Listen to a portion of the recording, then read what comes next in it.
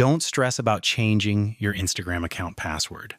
In today's video, I will show you how to change your Instagram account password in a completely new way. Okay, look at it already, but I'm on the Instagram app. So from here, look down. There is an icon on your profile. Just look down. There is a profile icon. Click here.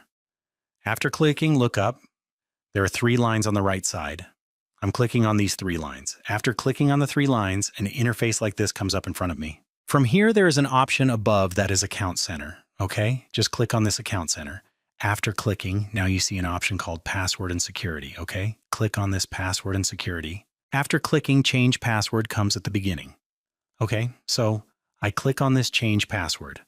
After clicking, my profile name is shown again. I just click on it. After clicking, it now asks to enter the current password. That means I have to enter the password with which I am currently logging in with my Instagram ID. Then I have to enter the new password. Okay, I give it. Okay, I gave the current password. Now I give the new password again, same.